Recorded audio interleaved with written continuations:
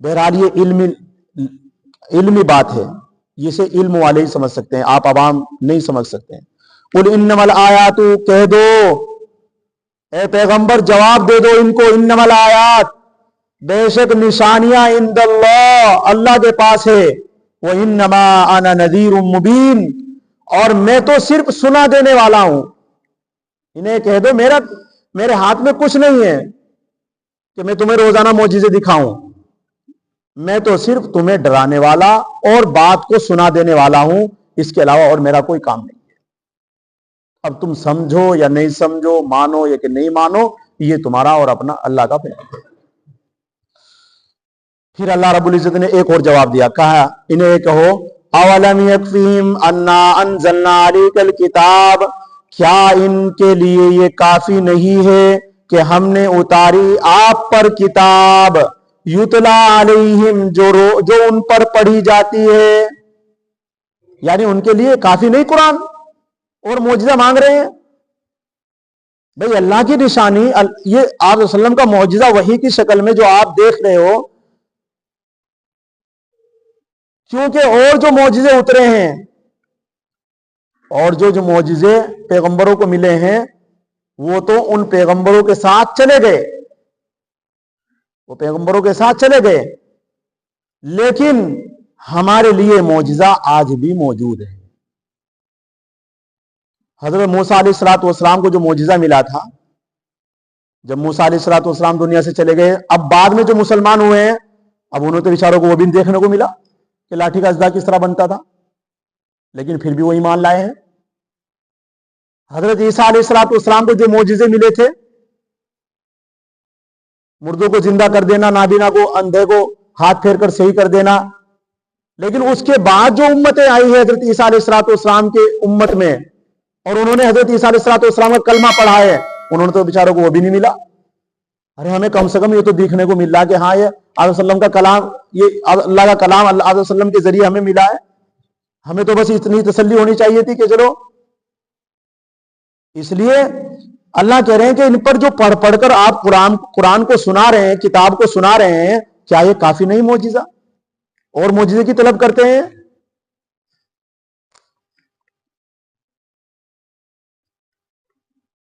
اور ایک بات اور آپ کو بتا دوں، بہت اچھی ہے،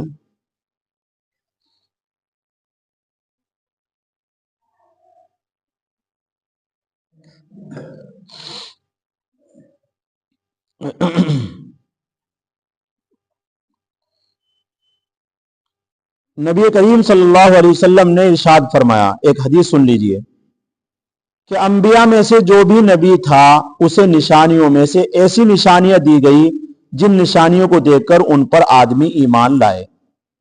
مجھے جو نشانی دی گئی وہ صرف وہی ہے جو اللہ تعالیٰ نے میری طرف وحی فرمائی، اس لیے میں امید کرتا ہوں کہ قیامت کے دن میری پیروی کرنے والے ان سب سے زیادہ ہوں گے، کیونکہ وہی آج بھی موجود ہے۔ وہ معجزے چلے گئے تھے ان کے پیغمبروں کے، اس لیے ان کو کسی نے مانا، کسی نے نہیں مانا۔ ان کی جو کتاب تھی وہ بھی رد و بدل کر دی گئی، لیکن یہ اللہ نبی کریم صلی اللہ علیہ وسلم کا جو معجزہ ہم دیکھ رہے ہیں، پڑھ رہے ہیں، سن رہے ہیں، یہ آج بھی 1450 سال سے لے کر آج تک بھی کسی ایک نقطے میں بھی فرق نہیں آیا، اور وہی کی شکل میں، واقعی وہی کی شکل سمجھ رہے ہیں آپ؟ وہی کی شکل کا مطلب یہ وہ دیکھتا نہیں ہے۔ آپ اس کلام کو تو دیکھ رہے ہو، لیکن ابھی آپ اسے لے جاؤ اٹھا کر کے، اور میں ابھی آپ کو پڑھ کر سناؤں گا، آپ کو نظر بھی نہیں آئے گا، اور یہی کلام سناؤں گا۔ تو اس لیے یہ وہی کی شکل میں، وہی دیکھتی نہیں کسی کو۔ دوسرا یہ کہ فرمایا یہ کتاب ہر جگہ اور ہر وقت ان کے سامنے پڑھی جا رہی ہے، یعنی ایسا نہیں کہ یہ معجزہ ان سے مخفی یا چھپا ہوا ان کی نگاہوں سے اوجھل ہے، جبکہ اس سے پہلے پیغمبروں کے معجزے ہر وقت سامنے نہیں ہوتے تھے۔ سمجھ میں آگئی بات؟ پہلے پیغمبروں کے جو معجزے تھے وہ سامنے نہیں ہوتے تھے ہر وقت، اور یہ ہر وقت ہمارے سامنے۔ آپ گھر میں جائیں گے، گھر میں رکھا ہوا ہے، آپ مسجد میں جائیں، مسجد میں رکھا ہوا ہے، مدرسوں میں جائیں گے، مدرسے میں رکھا ہوا ہے، کبھی آپ بازار میں جائیں گے تو ضرور اس کلام پاک کی ضرور ایک دکان ملے گی آپ کو۔ یہ آپ کو ہر جگہ نظر آ رہا ہے، اور وہ پیغمبروں کے اگر پیغمبر کے پاس ہے تو دیکھتے تھے معجزے، نہیں تو جب وہ گھر چلے جایا کرتے تھے پھر وہ دیکھتے بھی نہیں تھے. تو دیکھیے یہ کلام کی کتنی اچھی، یہ معجزہ کتنا بڑا معجزہ ہے. سارے معجزوں سے سب سے بڑا معجزہ تو یہی ہے. اس لیے فرمایا یتلا علیہم، یہ ہر وقت، ہر آن، ہر لمحہ پڑھی جانے والی کتاب. ان فی ذالک لرحمۃ. ایک بات اور سمجھ لیجئے، میں نے کہا کہ ہر وقت، ہر آن، ہر لمحہ پڑھی جا رہی ہے کتاب. قرآن کریم کے پڑھنے کے لیے کوئی زوال کا وقت اور کوئی مکروہ وقت نہیں ہے. بہت سے عورتیں گھروں میں اور بڑے مسئلہ پوچھتے رہتے ہیں جی میں کلام پاک 12 بجے پڑھ لوں، ایک رات کو 1 بجے پڑھ لوں. ہر وقت پڑھو، اس کا کوئی زوال نہیں ہے، نہ اس کے لیے کوئی مکروہ وقت ہے. 12 بجے 1 بجے جب چاہے آپ قرآن کریم کو ہر وقت پڑھو، اور پڑھا جا رہا ہے. آگے فرمایا ان فی ذالک لرحمۃ. اس کلام کی 2 خصوصیت قرآن نے بیان کی ہے. کتنی؟ 2 خصوصیت. ایک تو یہ کلام، پہلے جو کلام تھے، پہلے جو معجزے تھے وہ دیکھنے والے معجزے تھے. یہ بات اب پھر آپ اپنے ذہن میں رکھیں جب یہ سمجھ میں آئے گا یہ لفظ. پہلے جو معجزے تھے وہ دیکھنے والے معجزے تھے. اگر وہ پیغمبر ان کو دکھا دیا کرتے تھے اپنی امت کو، اگر مان لیا کرتے تھے ٹھیک، نہیں مانا کرتے تھے تو ان امتوں کے اوپر عذاب اترا ہے. اگر انہوں نے اپنے پیغمبر کے ان معجزوں کو دیکھا اور نہیں مانا، ان کے اوپر عذاب آیا، پکڑ آئی ہے.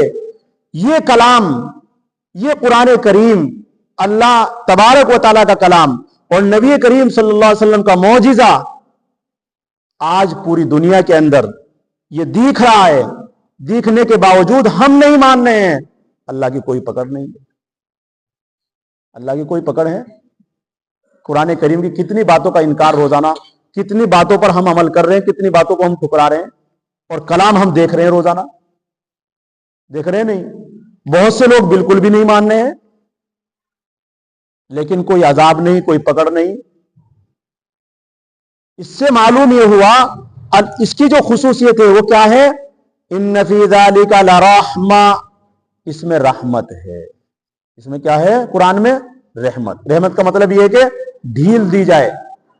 کیا دی جائے؟ ڈھیل دی جائے. دوسری خصوصیت کیا ہے اس کلام کی؟ دوسری خصوصیت وذکریٰ، یہ نصیحت کی جا رہی ہے. یہ کلام ہر وقت، ہر آن نصیحت کر رہا ہے لوگوں کو، لوگوں کو اچھی باتیں بتا رہا ہے، لوگوں کو اچھی باتیں بتا رہا ہے. اور ماننے والوں کے لیے، جو لوگ اس کی باتوں پر عمل کرتے ہیں، چلتے ہیں، وہ لوگ کون ہیں؟ مومن. اور جو قرآن کی نصیحت کو نہیں سنتے ہیں، عمل نہیں کرتے ہیں، وہ لوگ کون ہیں؟ کافر، وہ کفر میں. تو اس لیے اس کلام کی 2 خصوصیت، ان فی ذالک لرحمہ، یہ بے شک اس میں رحمت ہے. اور رحمت کا مطلب آپ کو میں نے سمجھا دیا کہ کلام کو ہم دیکھ رہے ہیں، اللہ اس معجزوں کو ہم دیکھ رہے ہیں اور نہیں مان رہے ہیں، پھر بھی اللہ کی کوئی پکڑ نہیں. اس لیے کیا ہے؟ رحمت. وذکریٰ لقوم یؤمنون. اور یہ کلام قیامت تک اہل ایمان کے لیے نصیحت اور یاد دہانی کے لیے باقی رہے گا. قیامت تک یہ کلام ایمان والوں کے لیے نصیحت اور یاد دہانی کے لیے کہ یہ معجزہ ہے، یہ معجزہ ہے. بار بار یاد دلائے گا ایمان والوں کو، یہ آپ وسلم کا معجزہ ہے، مانو. یہ اللہ کا کلام ہے، مانو. بار بار یہ بات یاد آئے گی. جب بھی آپ قرآن کو دیکھیں گے، جبھی آپ کے دل میں یہ بات آئے گی یہ اللہ کا کلام ہے، یہ محمد صلی اللہ علیہ وسلم کا معجزہ ہے. اس بات کو یاد بار بار دلانے. اس لیے کیا ہے؟ وہ ذکریٰ، یہ نصیحت ہے. لقوم یؤمنون، ایسے لوگوں کے لیے جو ماننے والے، ایمان والے. ہم سب ایمان والے، اس لیے کلام کو مانو، قرآن پر عمل کرو. اس کا مطلب یہ نہیں کہ آپ کلام کو نہیں مانیں گے اللہ کا عذاب نہیں. اللہ کی پکڑ ہے اگر نہیں مانیں گے. لیکن یہاں مہلت ہے، کیونکہ جب تک کلام موجود ہے یہاں دنیا میں تب تک ہمارے اوپر عذاب نہیں آئے گا. یاد رکھیں، اللہ کی پکڑ نہیں آئے گی. جب ہم دنیا سے چلے جائیں گے اس کے بعد پھر پکڑ آئے گی اللہ کہ تو نے میرے کلام کو کیوں نہیں مانا تھا، میں نے تیرے پاس خط بھیجا تھا تو نے اس کو نہیں پڑھا تھا. اللہ پوچھیں گے میرے پیغمبر کا ایک معجزہ تیرے پاس نشانی بن کر آیا تھا، تو نے ان کو محبوب کیوں نہیں بنایا.